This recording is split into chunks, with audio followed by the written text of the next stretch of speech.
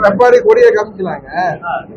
விஜய் வந்து ஒரு சூப்பர் ஸ்டாரா அவர் வருமானத்தெல்லாம் திரையுலகத்துல சூப்பர் ஸ்டாரா இருக்கிறப்ப அவர் வந்து தமிழ்நாட்டு மக்களுக்கு மாற்றத்தை உருவாக்குறதுக்கு தான் அவர் கட்சியை ஆரம்பிச்சிருக்காரு.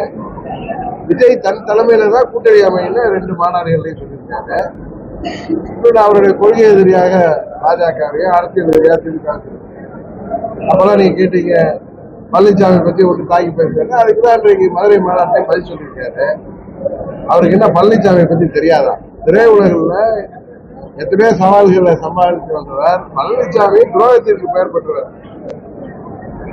விஜய் தலைமையிலான கூட்டணியில பழனிசாமியை சேர்த்துக் கொள்வதற்கே விஜய் யோசிப்பார். ஏன்னா பழனிசாமி எப்பொழுதுமே அந்த அமாவாசை தான் பார்ப்பார்.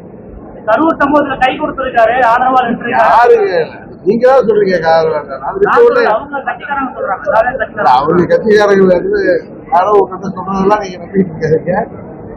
அந்த கட்சி அந்த சொல்றவங்க கட்சி தொண்டர்கள் விஜய் முதலமைச்சர் வேட்பாளராக ஏற்றுக்கொள்வர்கள் தான் அவங்க முன்பார்களே தவிர பழனிசாமிய துரோகத்திற்கே பேர் போற பழனிசாமியை போய் ஆதரித்து அவர் தலைமையில் கீழ் விஜய் செல்வதால தேர்தல் முடிவு சொல்லுவாங்க. சாப்பிட்டு கை காயறதுக்குள்ளார துரோகம் பண்ற மாதிரி இதுவரை ஆட்சியில் அமர்த்தியவர்கள், ஆட்சி தொடர காரணமானவர்கள், 4.5 ஆண்டு ஆட்சியை காப்பாற்றியவர்கள் எல்லோருக்கும் துரோகம் செய்யப்பட்டிருக்கிறது.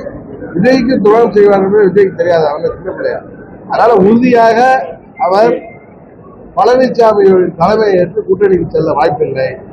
பழனிசாமி தான் தன்னால் இந்த தேர்தலிலே வெற்றி பெற முடியாது என்பதை உணர்ந்து விஜய் தலைமையை ஏற்று கூட்டணி செல்வதற்கு வேண்டுமானால் வாய்ப்பு இருக்கு. அதனாலதான் அந்த முன்னாள் அமைச்சர்கள் பேசுறாங்க.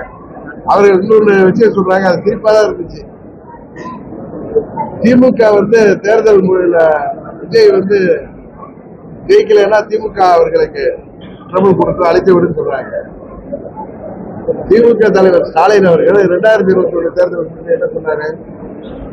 பழனிசாமி ஆட்சி ஊழல் பெருக்கெடுக்க முடிகிறது, அமைச்சர்கள் முதலமைச்சர் எல்லாம் ஊழல் திளைக்கிறார்கள், முறைகேடுகள் நடந்திருக்கு, தேர்தல் வாக்குறுதியிலேயே நான் வந்து தனி நீதிமன்றம் அமைத்து அவர்கள் அத்தனை பேரும் சட்டத்தின் முன் தண்டிக்கப்படுவார்கள், உடனாடு கொலை கொள்ளை வழக்கில் சம்பந்தப்பட்டவர்கள் யாரா இருந்தாலும் நாளைக்கு பிடிச்சிருவோம், நாளைக்கு பிடிச்சிருவோம் சட்டமன்றத்தில் சொன்னார்.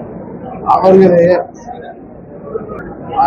தங்கள் கூட்டணிக்கு வர வைக்க வேண்டும் என்பதற்காக சிறுபிள்ளைத்தனமாக செயல்பட்டு இருக்காங்க.